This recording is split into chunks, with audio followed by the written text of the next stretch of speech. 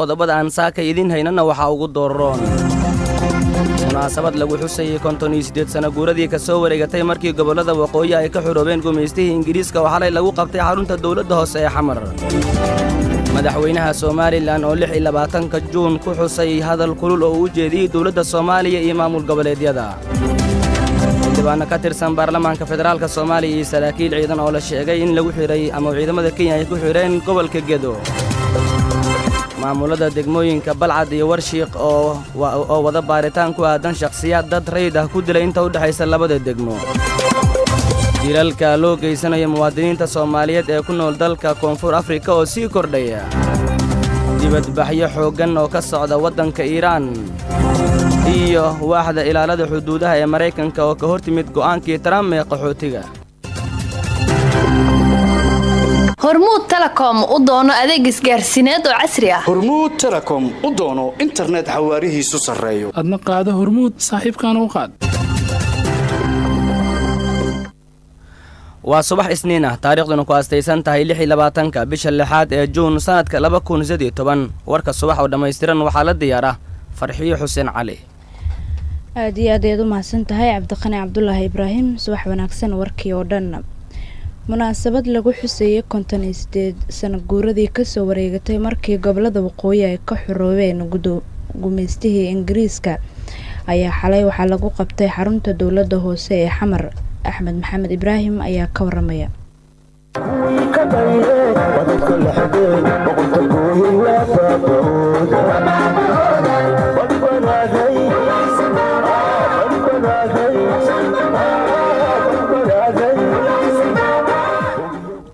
dhalinyaro ku bahowday 3 xisbi xilligii gumeystaha Ingiriiska oo haystay gobolada waqooyi isla markaana dhistay gud ay ku midaysan yihiin oo u shaqeynayay sidii baarlamaan ayaa dhaliyay guusha xornimada ee gobolada waqooyi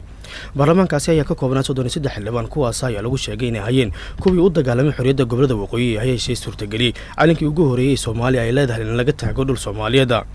xildhibaanad Fawziya Xaaji Aadan oo ka hadashay munaasabadii ballaaran ee lagu qabtay xali xarunta aqalka dawladda hoose ee Xamar ayna ku sugnaayeen madaxda qaranka Soomaaliya ayaa ka sheegaysay sida gobolada waqooyi ay iskaga dulqaadeen maxkamiyadda Ingiriiska sida la sheegay waxa da'ay roob aad u mahiigaan ah haddana magaalo iyo miyi waa laga wada yimi waxa isugu yimid dhammaan caruur iyo ciroolaba waxay ka yimaadeen meel kasta manay ka tagin goobtii calanka laga taagayay way wada taagnaayeen waxa habeenkaas sidoo aynu arkaynay uu timcada ka tariyay sareeyo manusqaano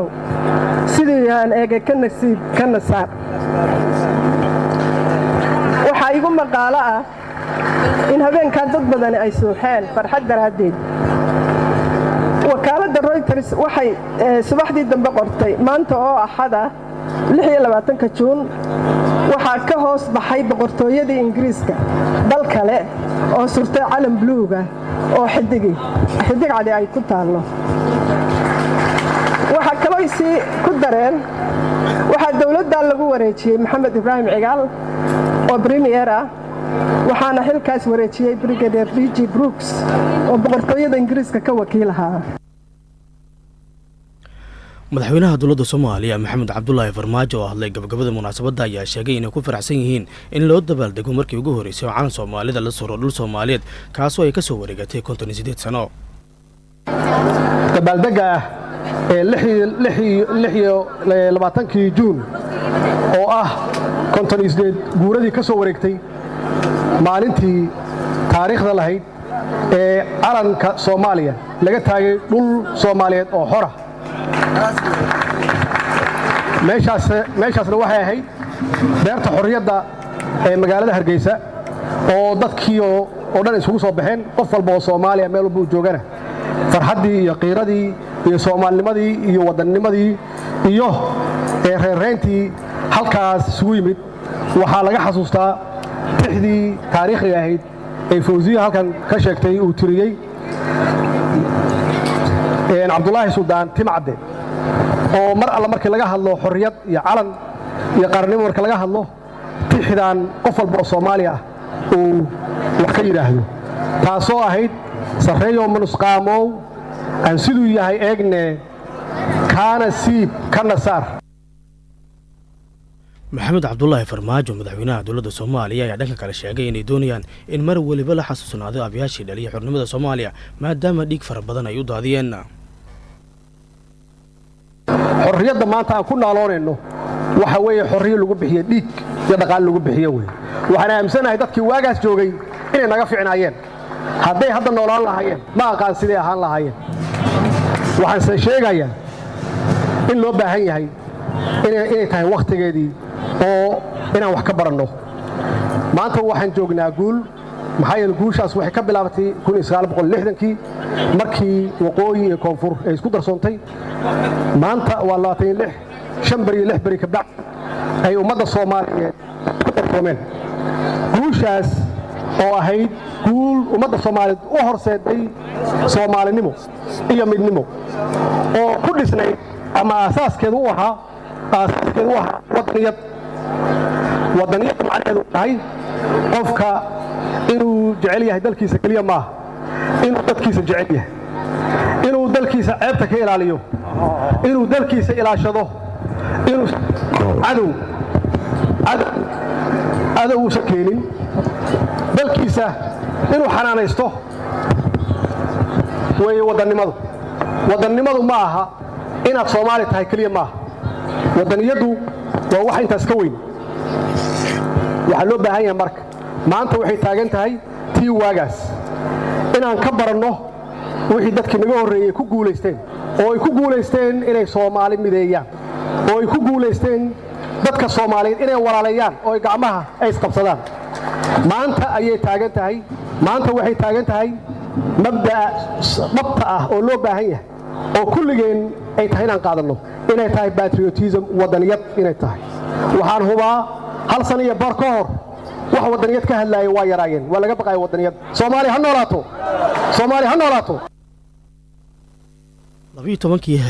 habeenimo ee xalay markii la suray calanka Soomaaliya isla markaana salaan laga qaatay ayaa intaa wixii ka dambeeyay hawada sare loo diray buloleer fara badan kaasoo hogol tusaaleynaya sida shacabka Soomaalida ay ugu weyn tahay maalmaha xorriyadda Soomaaliyeed.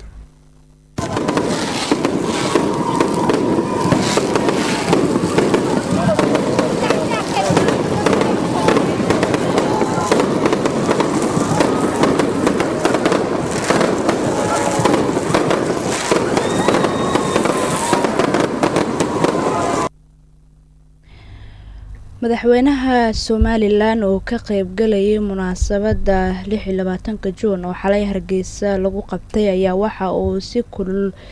kaga jawaabay hadal ka soo yeeray dowladda dhexe iyo maamul goboleedyada. Cabdiwahaab Xuseen Muxiidiin ayaa faahfaahinaya.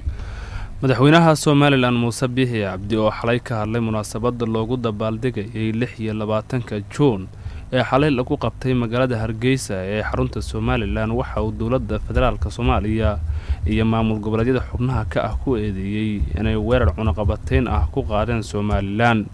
madaxweyne Muuse Biixi Cabdi ayaa sheegay in hadallo isqabto aysan ahayn Somaliland deeqdaha laga jaro iyo Soomaaliya hamidoodo, isagoona arrintaasi ku tilmaamay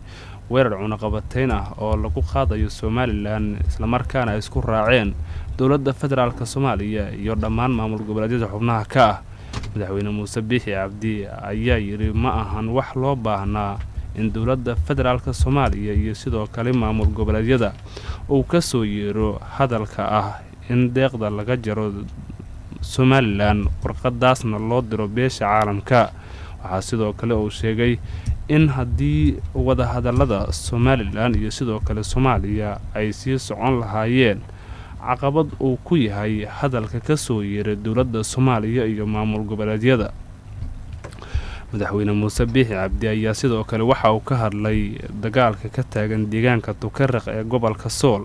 ka oo u dhaxeeya Somaliland iyo sidoo kale Puntland dhowr jeerna ka dhacay deegaankaasi, welina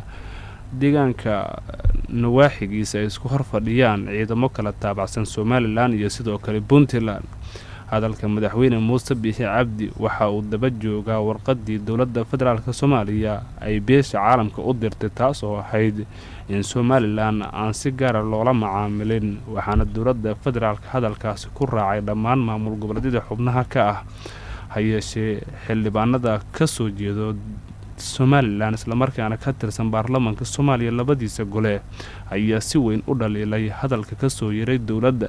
waxaana sidoo kale xusid mudan in beesha caalamka aysan weli si cad u aqbalin go-aanka dowladda ama warqadda ay u dirtay ee ah in somalilan aan si gaara loola macaamilin. xildhibaano ka tirsan baarlamaanka soomaaliya iyo saraakiil ciidan ayaa la sheegay in ay xireen ciidamada kenya ee ku sugan xuduudda gobolka gado. cali ibraahim cabdulaahi ayaa faahfaahinaya. sida ay sheegayaan wararka xildhibaano iyo saraakiil ciidan oo ka tirsan dowladda soomaaliya ayaa la sheegay inay xireen ciidamada kenya ee ku sugan xuduudda gobolka gado. korneyl aadan axmed rufle oo ka mid ah saraakiisha ciidanka xoogga ee ku sugan gobolka gado oo la hadlay KNN ayaa sheegay in 2 xildhibaan oo ka tirsan golaha shacabka ee laga soo doortay degmada Ceelwaaq ee gobolka Gado la xiray. sidoo kalena waxa uu sheegay in dhibaatooyinka ay geystaan ciidamada Kenya ay aad u soo bateen isla markaana waxa uu tilmaamay intaasi aan loo dulqaadan karin. ayeeshee waxa uu xusay in markii dambe dadaalo badan la sameeyay kadib ay xorriyadooda dib u heleen 2 xildhibaan iyo saraakiisha ka tirsan ciidanka xoogga oo ay xireen ciidamada Kenya sida uu hadalka u dhigay. xildhibaan oo ka tirsan golaha shacabka Soomaaliya lagana soo doorto gobolka Gado gaar ahaan degmada Ceelwaaq oo la kala yiraahdo xildhibaan Cabdi Cali Xasan iyo xildhibaan Jamaal Cabdirashiid Xaaji iyo saraakiil xoogga dalka Soomaaliyeed oo aagan military u waday ciidanka xoogga dalka Soomaaliyeed ee ilaalinta xuduudaha qaranka iyo la dagaalanka argagixisada baada wajeer ka dagay. xildhibaanadii waa la soo qaaday Ceelwaaq Kenya markii la marayana sakartuu ninka xukuumadda Kenyaanka ah oo wata ciidanka ummadda Soomaaliyeed dhibaateeyo baa meesha 2 xildhibaan ee saraakiisha ku xanibay oo yiri Soomaaliya ma geynaysaan. 2 xildhibaan ee saraakiisha inta la kala kaxeeya kuwana kaambiga ku yaalo madama meesha la yiraahdo Dhanaajale oo doobley xal lagu barisiiyay kuwana Ceelwaaq baa lagu xabsiyay. laakiin hadalkan ka soo yaray korneyl aadan axmed rufle oo ka mid ah saraakiisha ciidanka xoogga dalka ee ku sugan gobolka Gado ayaa ku soo beegmaya xilli muddooyinkii ugu dambeeyay ciidamada Kenya ee ku sugan qaybo ka mid ah xadka ay wadaagaan Soomaaliya la sheegay in dhibaatooyin kala duwan ay u geystaan dadka shacabka ee ku nool gobolka Gado. xalay dalka koonfur Afrika waxaa lagu dilay muwaadin Soomaaliyeed kaasi oo la sheegay in dilkiisa ay ka dambeeyeen kooxo burcad ah oo weeraray muwaadinkan oo ku sugnaa afaafka hore ee goobtiisa ganacsiga. muwaadinkan la dilay ayaa lagu magacaabi jiray Sheekh Xuseen waxaana da'diisa lagu sheegay 57 sano waxaana markii dambe halkaasi meydkiisa ka qaaday booliiska koonfur Afrika iyo qaar ka tirsan ganacsatada Soomaaliyeed. muddooyinkii ugu dambeeyay waxaa sii kordhayay dilalka qorsheysan ee loo geysanayo muwaadiniinta Soomaaliyeed ee ku nool dalka koonfur Afrika.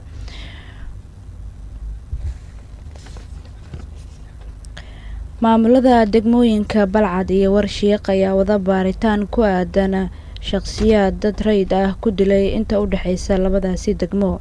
Yoonis Duraan Cali ayaa faahfaahinaya. xiisad u dhaxaysa beelo wadadega gobolka Shabeellada Dhexe ayaa ka dhalatay dad shacab ah oo lagu dilay deegaanka Boosdacaar oo u dhow degmada Warshiiq ee gobolka Shabeellada Dhexe. dadka rayidka ah xiisadan ee ka dhalatay ayaa habeen ka hor waxay ku dhinteen gaari hoomey ah oo koox isbaaro u taalay ay rasaas ku fureen kadib markii wadihii gaariga uu ka dhaga adeegay iyagoo joogso ku dhahay waxaana rasaastii gaariga lagu furay ku dhintay 5 qof oo gaariga saarnaa. gudoomiye ku-xigeenka degmada Warshiiq ee gobolka Shabeellada Dhexe Maxamed Xasan Mataan oo la hadlay idaacada kulmiye ee magaalada Muqdisho ayaa waxa uu sheegay in xiisadani joogsatay maamulada degmooyinka Balcad iyo Warshiiqna ay wadaan baaritaano ku aadan shakhsiyaadkii gaariga shacabka saarnaa tacshiireeyay. Warshiiq tuulo ka tirsan ayaa gaabtay sabtiga dilka dhacay dilkuna wuxuu noqday kama niman odayso jidka ku daya baabuur gaarigiisa maray xabada ku fureen marka dadka sidaas uu ku dhacay marka dadkii ku dhintay waxa sida ku dhintay inuu ku dhacay uu dhaama la caafiyo saan leenahay marka shaqada طبعا ilaa xilliga iyo isteedka socday dadka hawlgalkaas qaaday iyana hawlgalku waa socda ma dhamaanin marka uu soo dhamaado soo gabagabo ayaan saafada wixii rasmiyan xogta la wadaagi doona laakiin hadda hawlgalku waxaan diidanaa inuu socdo shaqadan si fiican ku socoto waxa gaba iyo qalab ay dhigan jirin intay iyo dadkii bilaa lagu halkaas joogo galabtii sabtigii dhacday gudoomiyaha degmada balcad iyo kan degmada warshiq haweenka amniga siyaasadda iyo hay-aday saraakiil kale state ka wada tirsanoo jowhar ka timiday howlgalka waxa waaye howlgal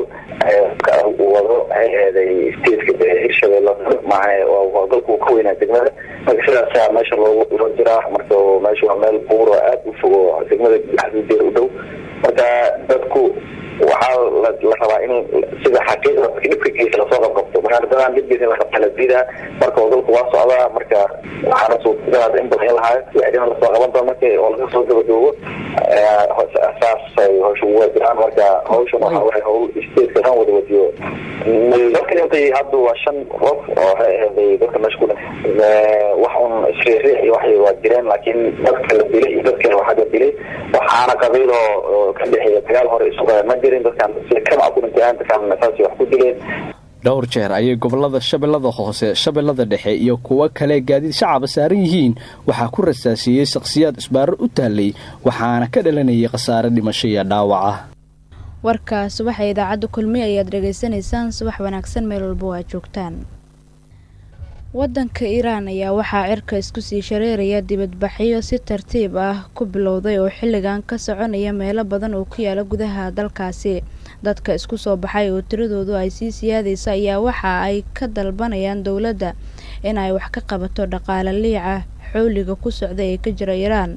sidoo kale dadka banaanka soo istaaga waxa ay dawladda ku eedeeyeen halkii ay wax ka qaban lahayd xaaladda dhaqaalaha ay ku mashquulsan tahay xaaladaha wadamo kale faragelintooda. dawladda ayaa waxaa la aaminsan yahay in ay saameyn badan ku leedahay wadamo aan tiro yareen oo ku yaala bariga dhexe iyo dunida carabta.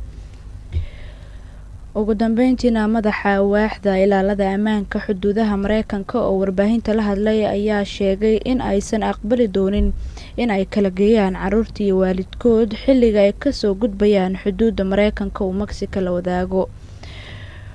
waxaa la sheegay in ay muhiim tahay in Trump iyo waaxda cadaaladda Mareykanka ay arrintan isku soo afgartaan wixii ka horeeyana aysan iyagu kala geyn doonin carruurtii waalidkood. madaxweyne Trump ayaa waxa uu wadaa qorshe ballaaran oo Mareykanka looga hor istaagayo in ay soo galaan dadka magangeliyo doonka ah ee ka kala yimaada dunida oo idil.